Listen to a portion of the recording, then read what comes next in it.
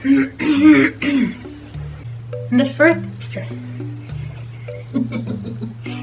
now I've been in a lot and want a little bit more of a sensory sensation. Double that up, why don't you? I don't know where I left off.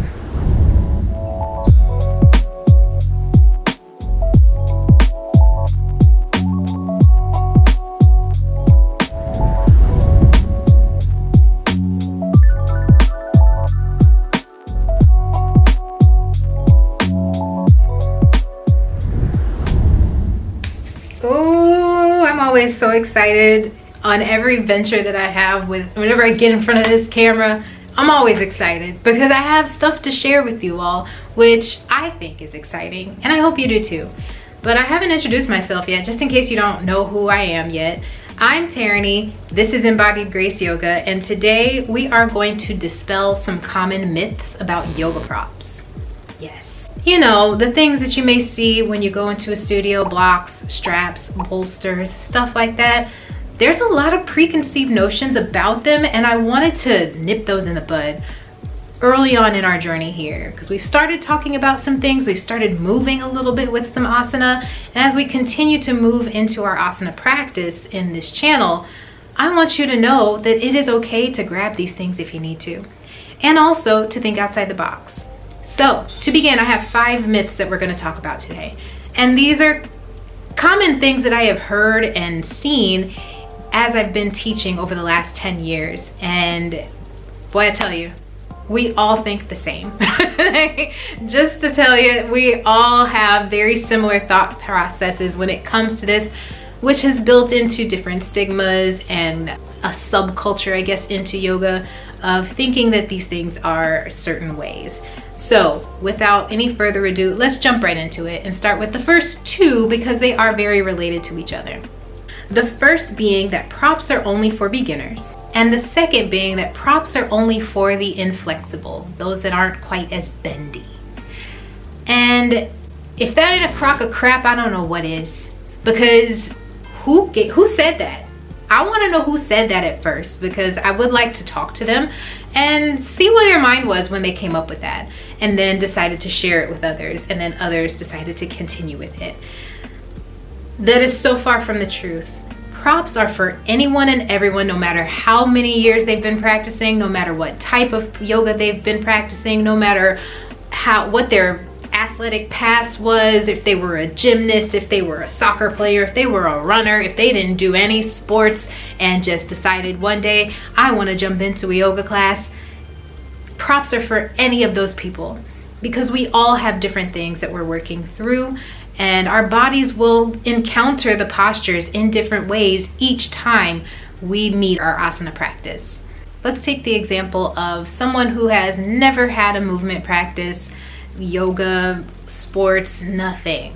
They're just jumping into their yoga journey, you know, fresh out. And things are a little tight. It's a little tough for them to reach down for their toes.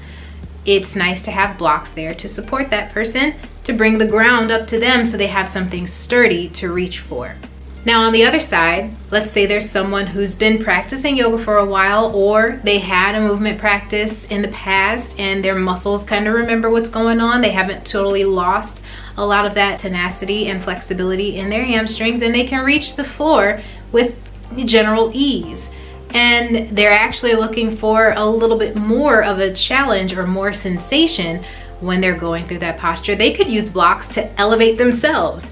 I commonly love to stand on blocks, and people will look at me crazy, and I'm fine with that because I am one of those people that can reach the floor. And sometimes I want to get a little bit more of a sensory experience in the backside of my body. So I'll stand on something to make me a little taller and I can reach a little further. Plus, if I'm not mistaken, I don't have a short torso, but my legs are not the longest. So it does make it a little bit easier for me to be able to get that same sensation in the backs of my legs that someone would get even if they've never been able to touch their toes before.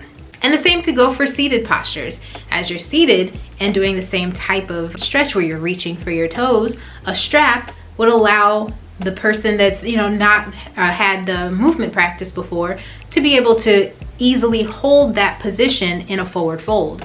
Whereas someone that has already had that experience, their hamstrings are a little bit more open, they may be looking for a little bit more sensation. They could still use the straps to pull themselves in even tighter, or they could place blocks at the bottom of their feet so they have a further distance to reach and grab hold of. You feel me? I think it's really cool. So no, props aren't just for beginners, and props aren't only for the inflexible. Anyone and everyone can use props, and it is an awesome experience when you get to open your mind to the different ways to use props to enhance and support your practice. The third myth: blocks and straps are the only props to use in yoga. No. I don't like to be pigeonholed. I don't like to be put in a box. Just so you know, I think it is amazing to be able to think outside that box and realize that there's not always an opportunity to have blocks, straps, bolsters available during your yoga practice. So what else can I use? I'm gonna grab pillows. I'm gonna grab blankets. I'm gonna grab scarves. I'm gonna grab books, canned goods. I have used canned goods before, and they were great.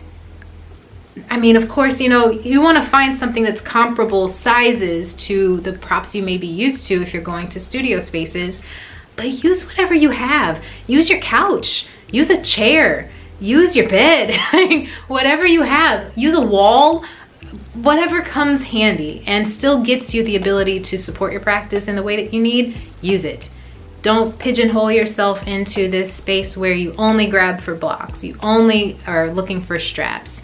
Use whatever you got. That leads me into the fourth myth, is that you have to buy all of these expensive props and tools and things in order to have this practice as you're starting out, or even as you're growing into it. No. Yoga does not have to be expensive. Because you can use whatever you want as a prop, that saves you a ton of money. That includes your mat. You do not need a yoga mat. You can absolutely use blankets, towels, whatever you have handy that is able to support your joints mostly, and be a buffer between you and the floor. Especially if you're practicing on a harder surface like hardwood floor, tile, you know, things like that. It is nice to have something underneath you. If you already have carpet in your home and that's where you're practicing, you're golden. You have what you need.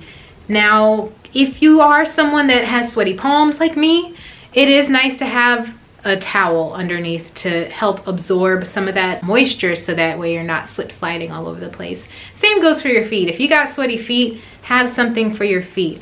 And if socks feel good, go for socks. If you prefer to find the grippy socks, go for it.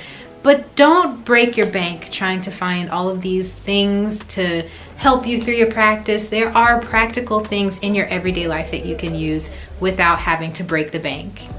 I also want to mention, if you want to learn more about different props and how to use them, check out my favorite props video where I go through all of my top, or I can't remember how many props it was. There was a good list of them, but a lot of props that have really helped me throughout my practice, the ones that I gravitate toward the most when I am practicing asana. And you'll see some conventional props, you'll see some unconventional props, and it's a great video to watch when you're embarking on your practice to kind of figure out what they are. And I'll have some future videos on how to properly use them.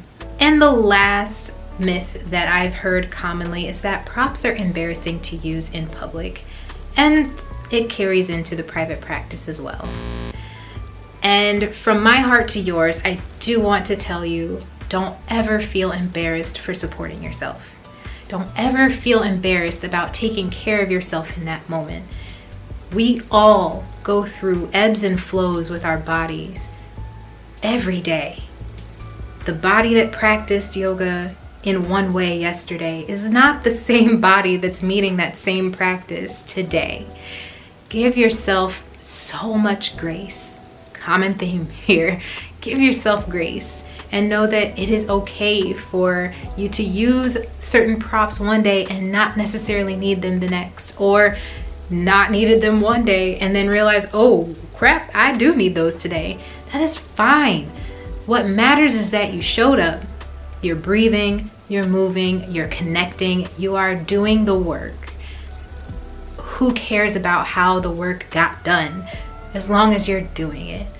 Do it in a way that supports you, that makes you feel good, because your yoga practice should not be one of a burden. It should be one that lifts the burden away. And props are a way to make that burden be lifted. All right, folks, that's all I have for you today. I told you it was going to be quick.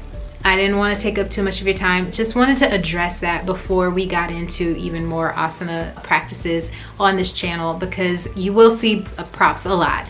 And it won't always be blocks, it won't always be straps. It might be just whatever I have laying around. And that is perfectly fine, because I encourage you to do the same. Enjoy the rest of your day. Thank you for being here. Be sure to like, subscribe, do all those things. And if you have any feedback or questions, please let me know in the comments. I would love to be able to answer anything you got.